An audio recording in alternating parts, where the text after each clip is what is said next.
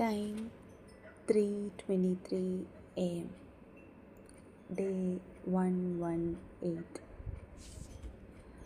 எவ்வளோ நாளாச்சுல. நல்லா இருக்கு இந்த ஃபீலிங். நேற்று என்ன நடந்துச்சு?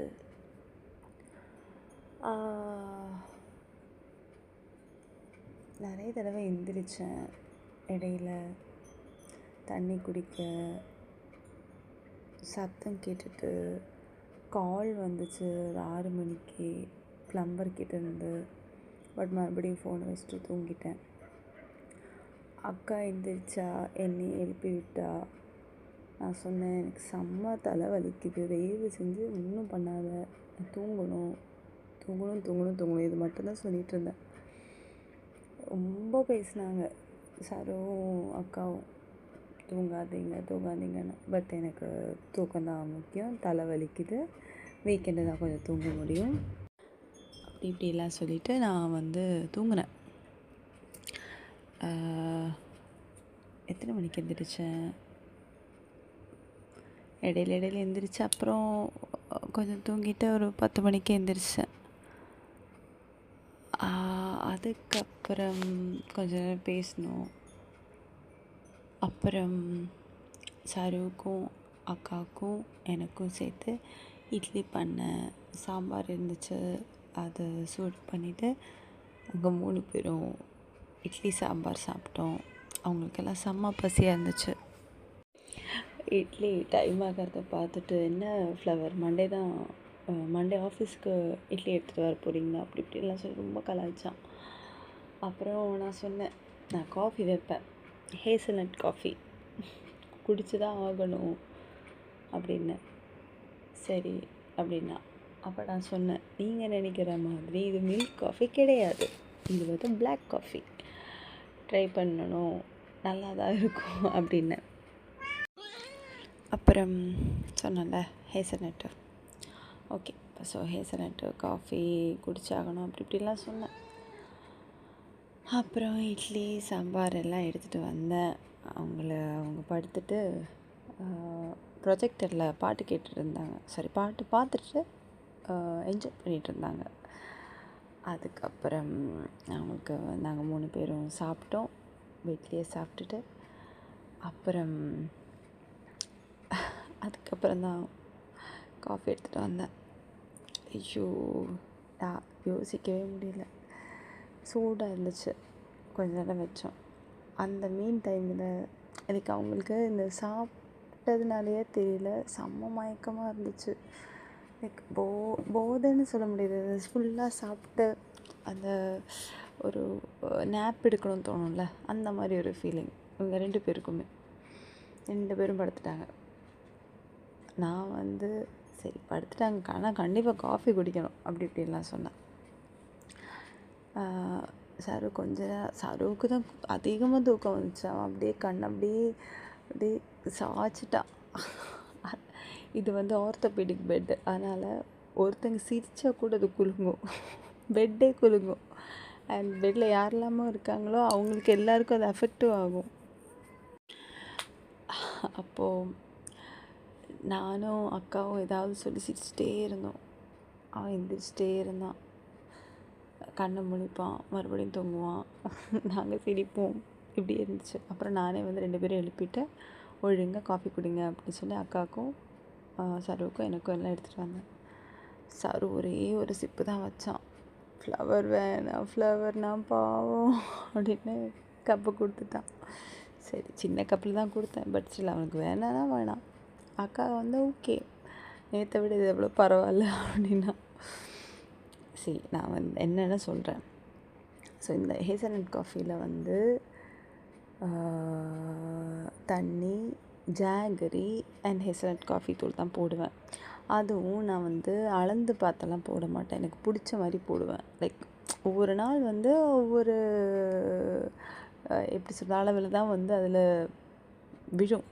ஃபார் எக்ஸாம்பிள், நான் இப்போது காஃபி வைக்கிறேன்னா ஃபஸ்ட்டு சுடு தண்ணி வைப்பேன்.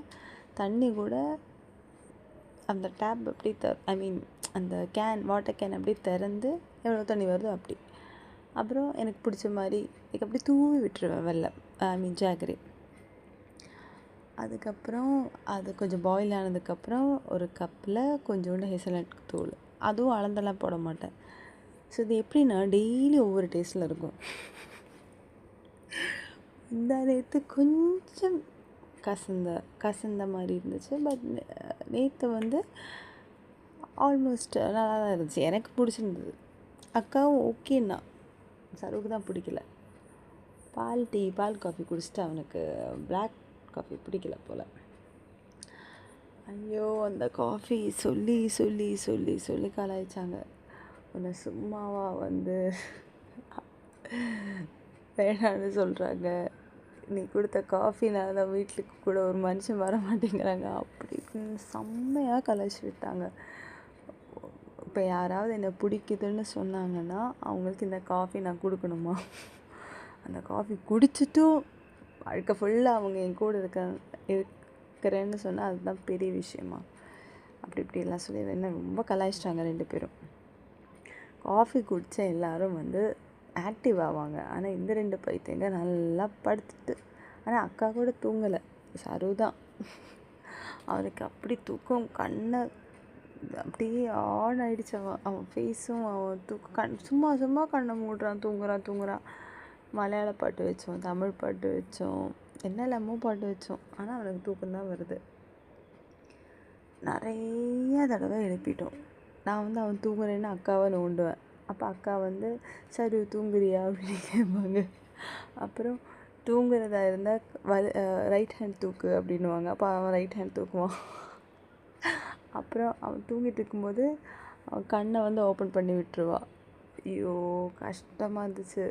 அவனே கெஞ்சி கேட்ட ஒரு 1/2 மணி நேரம் என்னை தூங்க விடுங்களேன்னு. நாங்கள் விடுவோம்மா? 1/2 மணி நேரம் சொல்லிவிட்டு ஒவ்வொரு 2 நிமிஷம் 1 நிமிஷத்துக்கும் அந்த டைம் சொல்லிவிட்டு இன்னும் 26 மினிட்ஸ் தான் இருக்குது, உனக்கு 25 மினிட்ஸ் தான் இருக்குது, அப்படி இப்படின்னு சொல்லி சாவடிச்சிட்டோம். கிட்டத்தட்ட ஒரு 25 மினிட்ஸ் நாங்கள் அவனை சாவடிச்சிருப்போம். அப்புறம் அதுக்கப்புறம் எங்களுக்கும் போர் அடிச்சிருந்தது. அப்புறம் நாங்கள் பேசிகிட்டு இருந்தோம். அப்புறம் அவன் வந்து உண்மையிலே தூங்கினான், கொரட்டை விட்டு தூங்கினான். சரி, எனக்கே கஷ்டமாக இருந்துச்சு. நான் ஆக்சுவலி யாரும் தூங்கினா எழுப்ப மாட்டேன், அக்கா தான் அந்த மாதிரி வேலையெல்லாம் பண்ணுவாள். அதுக்கப்புறம் எழுந்திரிச்சிட்டு அவன் வந்து கிளம்பணும், அவனுக்கு ஃபேமிலியில் ஒரு இம்பார்ட்டண்ட் ஈவெண்ட் இருக்குது, ஸோ அதுக்காக போகணுன்னு சொன்னான். அதுக்கு எங்கள் அக்கா அப்படி இப்படி ஓகே, இப்போ நான் இம்பார்ட்டன்ட் இல்லை, என்னை பஸ் ஏற்றி விட நீ வரமாட்ட, அப்படி இப்படின்னு எல்லாம் சொல்லி கொஞ்சம் இது பண்ணான். அப்புறம் அவனை அவன் அதுக்கு இடையில நாங்கள் போகிறதுக்கு முன்னாடி நாங்கள் யூனோ விளையாடணும். நான் தான் சொன்னேன் கொஞ்சம் யூனோ விளையாடலாம், வந்துட்டு யூனோ விளையாடலன்னு. கொஞ்சம் யூனோ விளையாடணும். ஃபஸ்ட் கேம் நான் ஜெயித்தேன், அப்புறம் அக்கா ஜெயித்தாங்க, அப்புறம் நான் ஜெயித்தேன், அப்புறம் அவ்வளோதான். அதுக்கப்புறம் அவன் கிளம்பிட்டான். அவனை வழி எழுப்பிட்டு வீட்டில் நிறைய வேலை இருந்துச்சு. லைக் துணி துவைக்கிறது, பாத்திரம் கழுவுறது, மாப் போடுறது, ஆர்கனைஸ் பண்ணுறது, நிறைய வேலை இருந்துச்சு. அக்கா நிறைய ஹெல்ப் பண்ணா எனக்கு. அக்கா பாத்திரம் கழுவி கொடுத்தா, அக்கா எனக்கு அந்த பொம்மையில் ஆர்கனைஸ் பண்ண ஹெல்ப் பண்ணா. இது அங்கே வை, இது இங்கே வை அப்படின்லாம் சொல்லி என்னை கைட் பண்ணா. எனக்கு நான் உண்மையை சொல்லப்போனால் காலையில் கொஞ்சம் அவுட்டாக தான் இருந்தேன். ஐ மீன் கொஞ்சம் ட்ரிகர் ஆச்சு, எனக்கு மெமரிஸ் கொஞ்சம் ட்ரிகர் ஆச்சு. பட் போக போக ஐ வாஸ் கெட்டிங் பெட்டர். அக்கா வந்து ரொம்ப அட்வைஸ் பண்ணா. பட் ஓகே, நான் ரொம்ப ஓகே ஆகிட்டேன், லைக் டுவர்ட்ஸ் ஈவினிங். அதுக்கப்புறம் வீடெல்லாம் வந்து அதை ஆர்கனைஸ் எல்லாம் பண்ணி பாத்திரம்லாம் கழுவி துணியெல்லாம் மடித்து, அதுக்கப்புறம் அக்கா குளித்து நான் குளித்து நாங்கள் 2 பேரும் காஃபி குடிக்க போனோம், ஹேசல்நட் காஃபி. அங்கேருந்து நிறைய ஸ்னாப் எடுத்தோம். அக்காவோட இன்ஸ்டா காமிச்சா, அக்கா அதெல்லாம் பார்த்துட்டு இருந்தேன். அக்கா வந்து ரத்னம் காலேஜில் அசிஸ்டன்ட் ப்ரொஃபஸராக ஒர்க் பண்ணுறாங்க. ஸோ அதில் வந்து அவங்க ரத்னம் காலேஜில் எல்லா ஃபங்க்ஷனும் ரொம்ப பிரம்மாண்டமாக பண்ணிகிட்டு இருந்தாங்க. ஸோ அதில் வந்து ஒரு ஸ்டோரி பார்த்தேன் அவங்க போட்டது. என்னென்னா எல்லோரும் வந்து பலூனை வந்து காற்றுல வானத்தில் பறக்க விட்டுருக்கு. அப்போ நான் கேட்டேன், என்ன எல்லோரும் பலூன் பறக்க விடுறாங்கன்னா, காலேஜ் ஃபஸ்ட் டே அவங்க பேரண்ட்ஸ் வந்து ஸ்டூடெண்ட்ஸை சேர்க்க வந்திருக்காங்க. அதில் பெரிய ஆளான என்ன ஆகணும், அவங்களோட ஆசை கனவெல்லாம் அதில் எழுதி பறக்க விட்டுறாங்களா. ஐயோ, அது பார்த்துட்டு நான் ரொம்ப எமோஷனல் ஆகிட்டேன். கண் கலங்கிடுச்சு. என் அக்கா வந்து ஐயோ இதுக்கே கண் கலங்குறி அப்படி இப்படின்னு சொல்லி என்னை கலாய்ச்சிட்டு இருந்தாங்க. எனக்கு அப்போ தான் தெரிஞ்சுது, நான் வர வர ரொம்ப இமோஷனல் ஆகிட்டு போகிறேன். சின்ன சின்ன விஷயம் கூட எனக்கு ஐயோன்னு ஆகிடுது. ரொம்ப எம்பத்தட்டிக்காக மாறிட்டேன்னு நினைக்கிறேன். முன்னாடியெல்லாம் இவ்வளோ எம்பத்தட்டிக்காக இல்லை. லைக் போல்ட்னஸ் எப்போவுமே இருக்கும். பட் எம்பத்தட்டிக் வந்து உண்மையிலே ஆடும். அது அன்எக்ஸ்பெக்டடாக ரொம்ப அதிகமாகிடுச்சு. அதுக்கப்புறம் அக்காவோட பர்த்டேக்கு நான் ஏதோ ஸ்டேட்டஸோ ஸ்டோரி ஏதோ போட்டிருந்தேன் போல். அது எப்போது 2024 அதை அக்கா காமிச்சா இன்ஸ்டாவில். எனக்கு உண்மையிலே மறந்துடுச்சு. அப்போது அக்காவோட பர்த்டேக்கெல்லாம் நான் ஸ்டோரி போட்டது எனக்கு மறந்துடுச்சு. ஆனால் அக்கா அதெல்லாம் காமிச்சா. எனக்கு ரீகாலே பண்ண முடியல. பட் ஸ்டில் அதுலேயும் கொஞ்சம் எமோஷனல் ஆகிடுச்சு. அப்போது இதுக்கு மேலே எனக்கு எதுவும் காட்டாத அப்படின்னு சொல்லி எடுத்து வச்சிட்டோம். அதுக்கப்புறம் வேறு என்ன பண்ணோம்,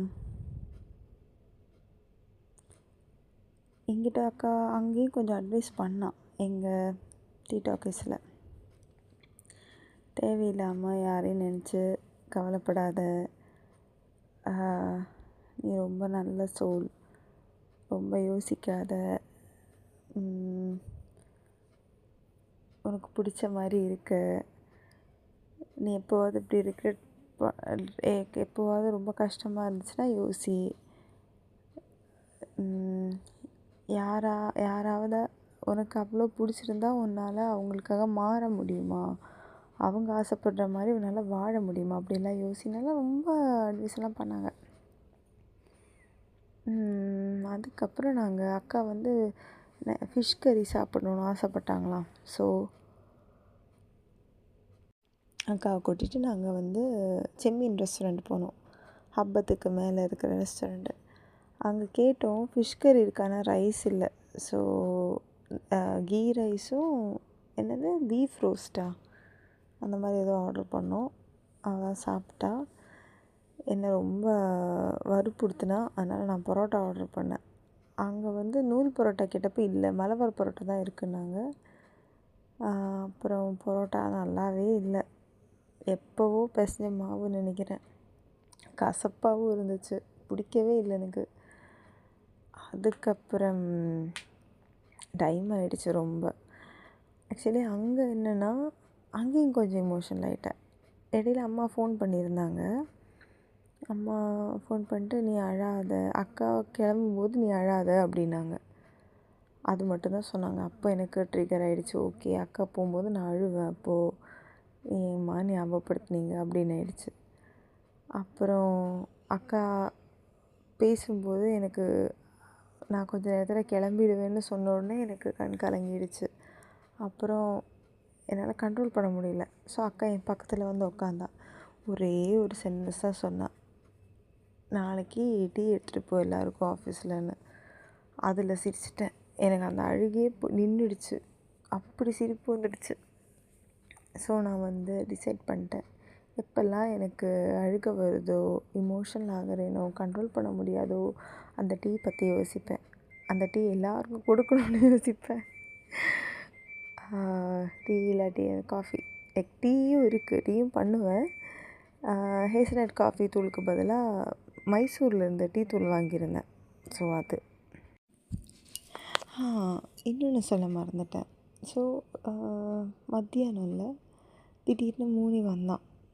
மூனி வந்ததும் அக்காவும் சாரும் பயந்தாங்க. பட் நான் பொறுமையாக அவனை எடுத்து என் மேலே படுக்க வச்சேன். அவன் அப்படியே படுத்துட்டான். ஸ்னாப் எடுத்தப்போ அழகாக படுத்துட்டு இருந்தான். வேறு என்ன ஸ்னாப்பு, அப்புறம் என்னாச்சு, ரெஸ்டாரண்ட்லாம் சாப்பிட்டு கொஞ்சம் மிச்சம் இருந்துச்சு. அதை பார்சல் பண்ணிவிட்டு நாங்கள் நடந்து வந்தோம். வரும்போது அக்கா வந்து மண்பானை வாங்கணும்னு சொல்லியிருந்தாங்க. ஸோ மண்பானையும் வாங்கியாச்சு. அப்படி வீட்டுக்கு வந்தோம்.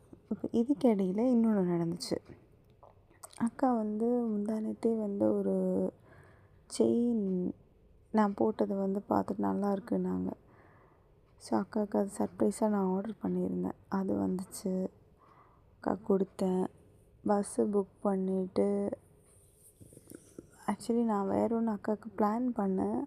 அன்ஃபார்ச்சுனேட்லி அதை எக்ஸிக்யூட் பண்ண சரு இல்லை. சரு இருந்தால் மட்டும்தான் அதை எக்ஸிக்யூட் பண்ண முடியும். ஸோ அது அந்த பிளான் கேன்சல் ஆகிடுச்சு. என்னோடய கார்டும் ஒர்க் ஆகலை அந்த டைமுக்கு. அப்புறம் அக்காவுக்கு ரெட் பஸ் புக் பண்ணேன்.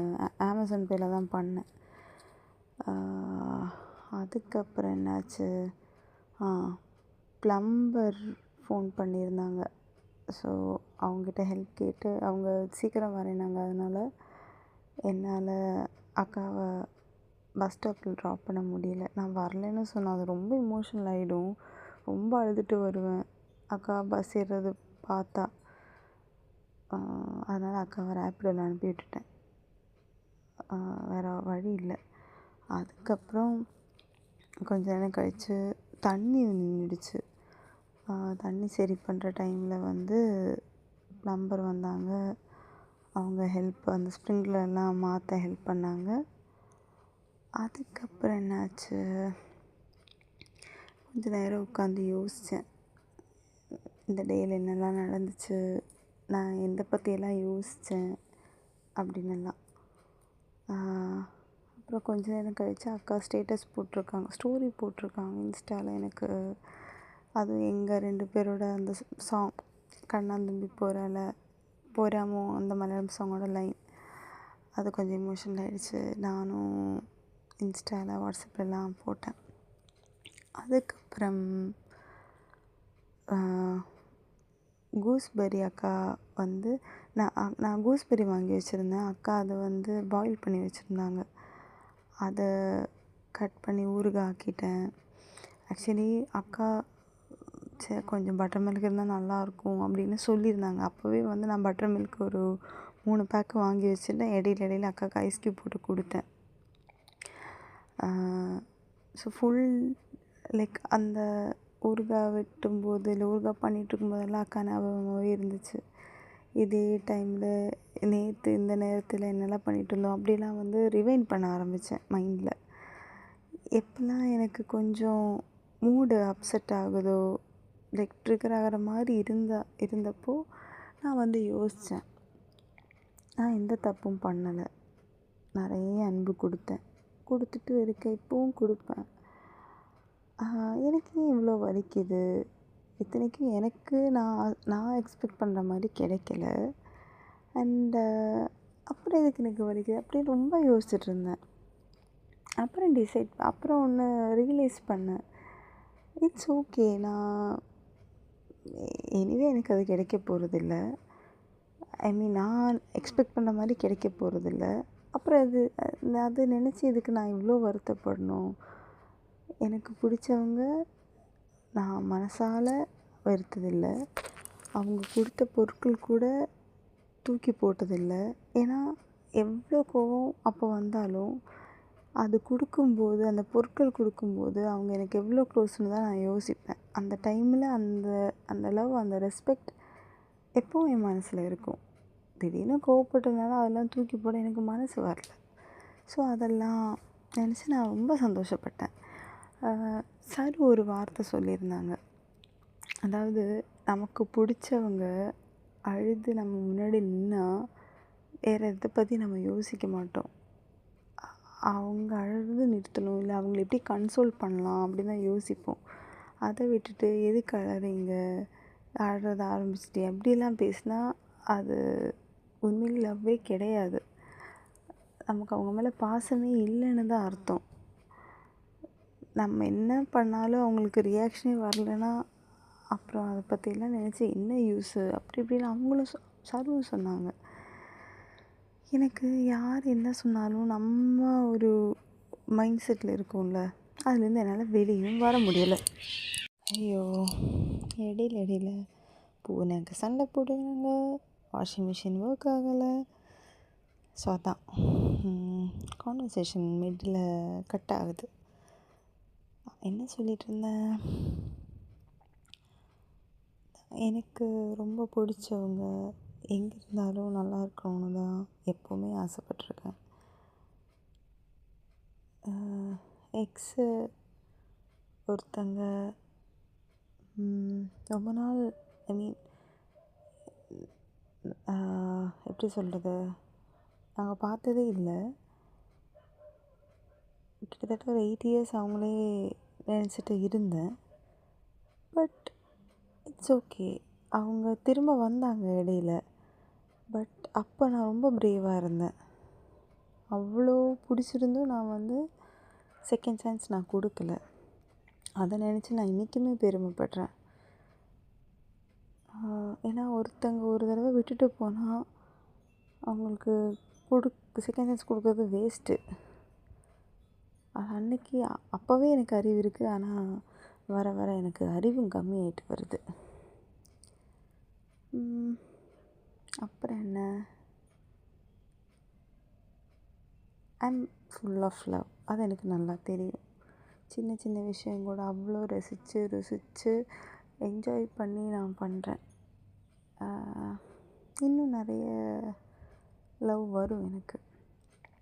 நான் எக்ஸ்பெக்ட் பண்ணாமல் எனக்கு எப்போவுமே ஒரு தாட் இருந்துச்சு சின்ன வயசில். அதாவது வாழ்க்கையில் ஒரு லவ் தான் வரும், அந்த ஒருத்தரை நினச்சி ஃபுல்லாக நான் வாழ்ந்துடுவேன் அப்படின்னு. அப்படி எனக்கு நான் நினச்சி கிடைச்ச லவ் தான் ரஞ்சித்தோட லவ். அதுக்கப்புறம் நான் நினைக்கவே இல்லை எனக்கு ஒரு லவ் வரும்னு. நிறைய பேர் இடையில வந்துட்டு போனாங்க, அப்ரோச் பண்ணியிருந்தாங்க. பட் அவங்க மேலெல்லாம் நான் எக்ஸ்பெக்ட் பண்ண மாதிரி அந்த எல்லாமே அவங்களுக்காக பண்ணலாங்கிற அந்த லவ் அதுதான் மிஸ் ஆகிருந்துச்சு. இப்போ எனக்கு தோணுது, எப்படி ஷாஜஹானுக்கு 4 பொண்டாட்டி வந்தாங்களோ, ஆனால் ஷாஜஹான் ஒருத்தங்களுக்கு தான் தாஜ்மஹால் கட்டினாங்க. ஏன்? அவங்க லைஃப்பில் பல ஃபேஸஸில் பல ஆளுங்களை பார்த்துருப்பாங்க. அதில் மும்தாஜோட லவ் தான் அவருக்கு பெருசாக தோணியிருக்கு. அதுதான் லவ்வாக அவங்களுக்கு ஃபீல் ஆகிருக்கு. மேபி அது மாதிரி எனக்கும் தோணும். இன்னும் நிறைய லவ் பண்ணுவேன். எனக்கு தெரியும், அது எனக்குள்ளே இன்னும் அது இருக்குது. எவ்வளோ அடி வாங்கினாலும் நான் கற்றுக்க மாட்டேன் அந்த விஷயத்தில் மட்டும். ஆக்சுவலி இந்த மும்தாஜ் ஷாஜஹான் இது எனக்கு மது தான் சொல்லி கொடுத்தா. நாங்கள் ஆக்ரா ட்ரிப்பு போயிருந்தப்போ எனக்கு அந்த தாஜ்மஹால் பார்த்து அங்கே இருந்து எனக்கு அழுக வந்துடுச்சு.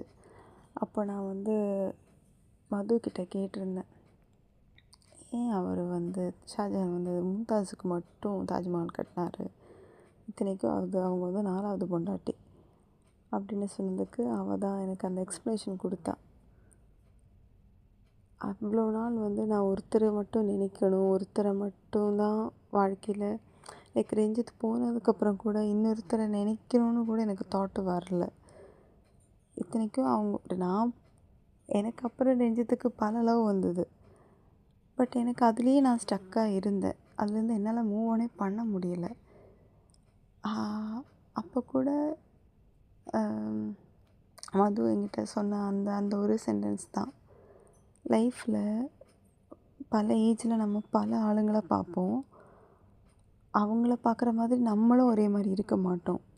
ஸோ இப்போது 10 வயசில் இருந்த நான் இல்லை, 15 வயசில் இருக்கிறேன்னா, அதே மாதிரி ஒவ்வொரு ஃபேஸில் நம்ம மாறுறது மாதிரி நம்ம ஃபீலிங்ஸும் மாறும். ஒரு கட்டத்தில் அந்த ஃபீலிங் ரொம்ப எக்ஸ்ட்ரீமாக யாருக்கு வேணாலும் என்ன வேணால் பண்ணலாம், அவங்க எத்தனையோ வேர்த்துன்னு தோணும். அந்த மாதிரி ஷாஜஹானுக்கு மும்தாஸை தோணி இருக்கும் அப்படின்னு சொன்னான். அந்த அழகான எக்ஸ்ப்ளனேஷன் வாழ்க்கையில் நான் மறக்க மாட்டேன்.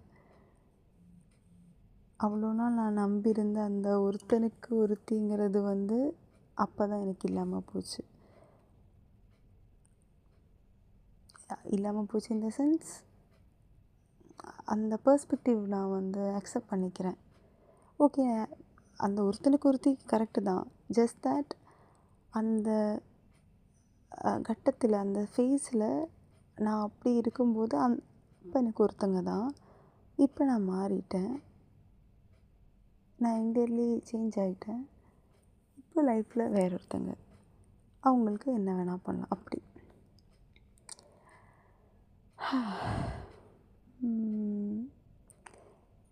நிறைய சொல்லணும்னு நினச்சேன், இப்போது ஸ்பீச்லெஸ் ஆகிட்டேன். வேறு என்ன சொல்லலாம்னு நினச்சேன். மனசு ரொம்ப பீஸ்ஃபுல்லாக இருக்குது இப்போது, டு பி ஹானஸ்ட். ஏன்னா நான் யாருக்காகவும் சேஞ்ச் ஆகலை. எனக்கு பிடிச்ச மாதிரி தான் நான் எப்போவுமே இருக்கேன்.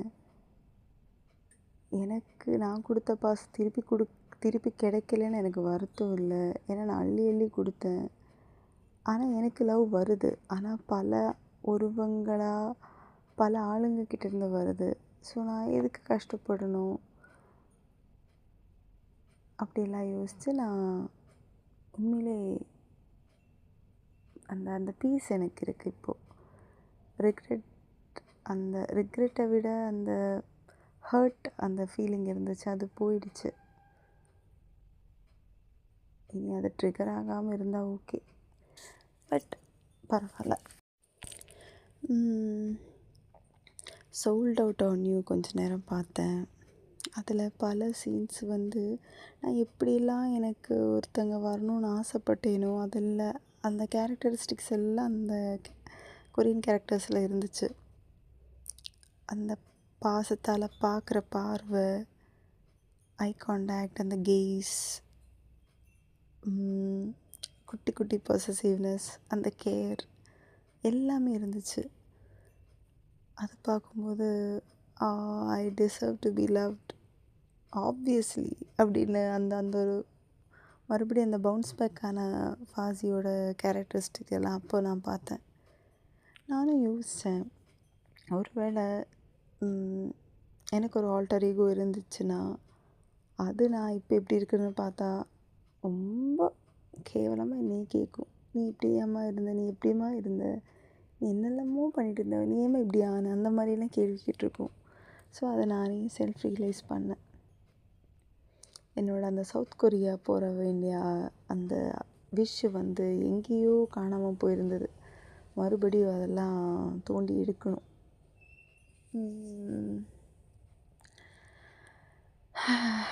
வேற என்ன,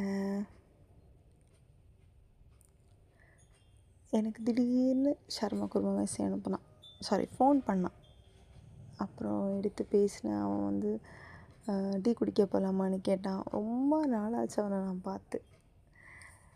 நான் ஃபஸ்ட்டு வரேன்னு சொன்னேன், அப்புறம் நான் வரலன்னு சொன்னேன். ஏன்னா எனக்கு வீட்டில் நிறைய வேலை இருக்குது, நான் வரல அப்படின்னு. அதுக்கப்புறம் கொஞ்சம் நேரம் பேசினேன். அப்போ நான் சொன்னேன், அப்புறம் பேசுகிறேன் மச்சான், வீட்டில் வேலை இருக்குன்னு. அப்புறம் அவன் மறுபடியும் ஃபோன் பண்ணான். பார்த்தா வீட்டு வாசலில் வெளியே தான் நிற்கிறேன், பால்கனிக்கு வெளியே. வீட்டுக்கு கூப்பிட்டா சரி வேணாம், டீ குடிக்க போகலான்னு நாங்கள் டீ குடிக்க போயிட்டோம் பிலாலில். டீ குடிச்சிட்டு கொஞ்ச நேரம் பேசிட்டு எனக்கு அவனை பார்த்தோன்னே ரொம்ப சந்தோஷமாக இருந்துச்சு. லைக் என்னோட அந்த சைல்டிஷ்னஸ் எல்லாம் வெளியே வந்துச்சு. மச்சான் மச்சான் இவ்வளோ நாளாச்சு பார்த்து அப்படி இப்படின்னு ரொம்ப கொஞ்சம் ஆரம்பிச்சிட்டேன். ரொம்ப பைத்தியம் மாதிரிலாம் பண்ண ஆரம்பிச்சிட்டேன். அவனை பார்த்தோன்னே ரொம்ப சந்தோஷம் எனக்கு. அட்லீஸ்ட் 1 இயராவது ஆகும் அவனை பார்த்து நினைக்கிறேன்.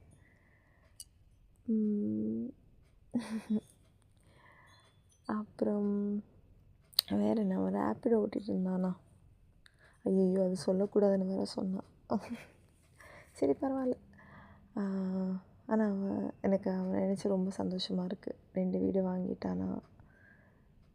லோனில் தான், but still I'm really happy for him. அவன் ஃபோன் பண்ணான் இடையில, நான் தான் எடுக்கலை. வீடு வாங்கும்போது கூட பண்ணியிருந்தானே, நான் தான் ஃபோன் எடுக்கலைன்ட்டான். ஹவுஸ் வார்மிங்க்கு கால் பண்ணால் நான் தான் ஃபோன் எடுக்கலைன்ட்டான். ஆமாம், அது என்னோடய கேரக்டரிஸ்டிக் தான்.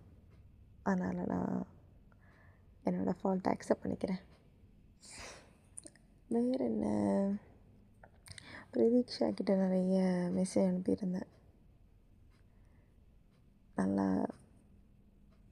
நல்லா இருந்துச்சு. அவங்களுக்கு வீடு ஒரு 1 hourக்கு பார்க்கணும். பார்ப்போம், கிடைக்கும் கூடிய சீக்கிரம். ஷர்மா குர்மா என்ன சீக்கிரம் கல்யாணம் பண்ண சொன்னான். எதுக்கு கேட்டால், லவ் மேரேஜ் பண்ணிக்காத, பிரிஞ்சு போயிடுவேன், அரேஞ்ச் மேரேஜ் பண்ணிக்கோ, அது அப்போ தான் ஒன்றா இருப்ப அப்படின்னு அட்வைஸ் எல்லாம் பண்ணியிருந்தான்.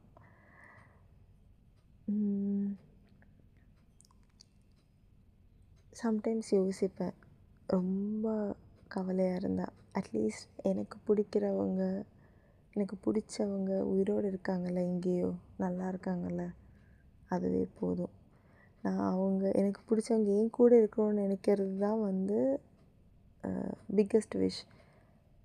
பட் அவங்க எங்கேயோ யாரு கூடயோ அவங்களுக்கு பிடிச்சவங்களோட சந்தோஷமாக இருந்தால் அதுவே நான் சந்தோஷமாக இருப்பேன் அப்படின்னு நினச்சி நானே என் மனசை தேத்திக்கிட்டேன்.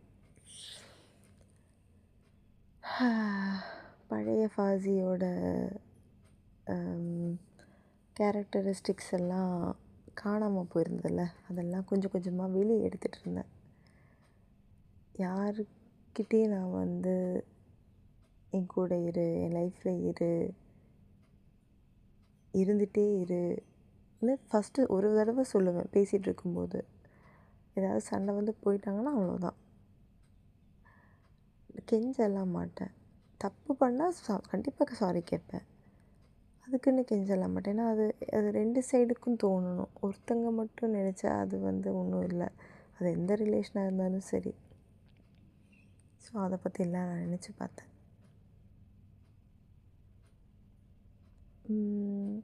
அக்கா நிறைய விஷயம் சொல்லியிருந்தாங்க.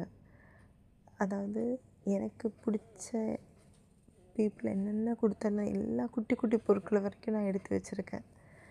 சின்ன மெமரிஸ் கூட, பிடிச்ச ஆளுங்கிறத விட எனக்கு எஃபர்ட் போட்டு கொடுத்த குட்டி குட்டி திங்ஸ் கூட நான் எடுத்து வச்சுருக்கேன்.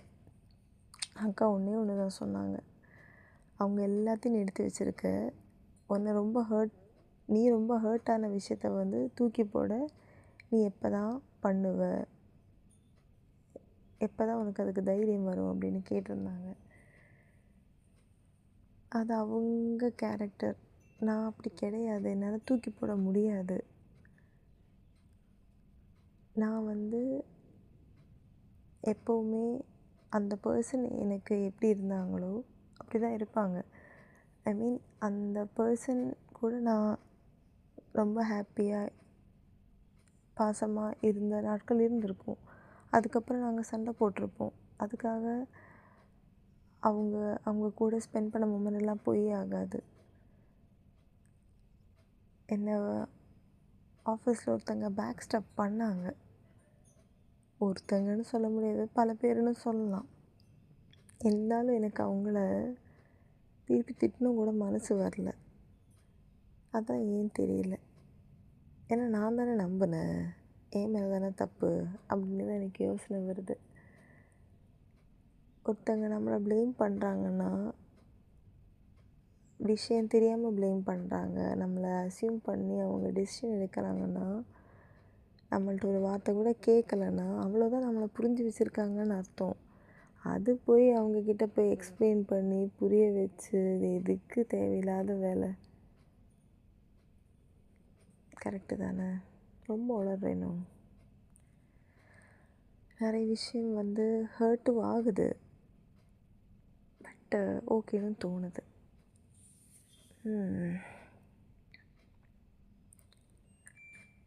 அப்புறம் பீட்டா ஜோசி சண்டை, மூனி ஜோசி சண்டை. ஜோசிக்கு இப்போ எல்லாரோடையும் சண்டை, என்ன தான் ஆச்சு தெரியல. மனுஷங்க மாதிரி இந்த கேட்ஸும் சண்டை போட்டுட்ருக்காங்க. ரொம்ப ட்ரை பண்ணேன் ஜோசியை வீட்டுக்கு கூப்பிட. மரத்து மேலெல்லாம் ஏறி போயிடுச்சு. முன்னாடி வேப்ப மரம் இருக்குது, அதுலெல்லாம் ஏறி போயிட்டா. கையில் எடுத்துகிட்டு வர ட்ரை பண்ண, வரவே இல்லை. சரி, இதுக்கு மேலே கூப்பிடக்கூடாதுன்னு நானும் விட்டுட்டேன். மனுஷனாக இருந்தாலும் சரி, பூனையாக இருந்தாலும் சரி, கொஞ்சம்தான் இறங்கி போவேன். அதுக்கப்புறம் மாட்டேன். ஒரு லிமிட்டு தான் எல்லாருக்கும். வேணுங்கிறவங்க நம்மளை வேறு யாருக்கும் விட்டு கொடுக்க மனசு வராதவங்க நமக்காக என்ன வேணால் பண்ணுவாங்க.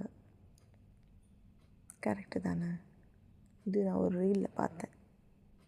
அது எனக்கு ரொம்ப ஆப்டாக இருக்கிற மாதிரி இருந்துச்சு. வேறு என்ன, ரூமெல்லாம் பக்காவாக டெக்கரேட் பண்ணிட்டேன். லைட்டெல்லாம் போட்டு மாஸ் பண்ணியிருக்கேன். எல்லா வீடியோவும் போடுறேன், நிறைய ஸ்னாப்பு வீடியோ எல்லாமே. அப்புறம் என்ன, குளிச்சாச்சு, துணியெல்லாம் காய போட்டுட்டு படுக்க வேண்டியதுதான். அவ்வளோதான், டே டன்.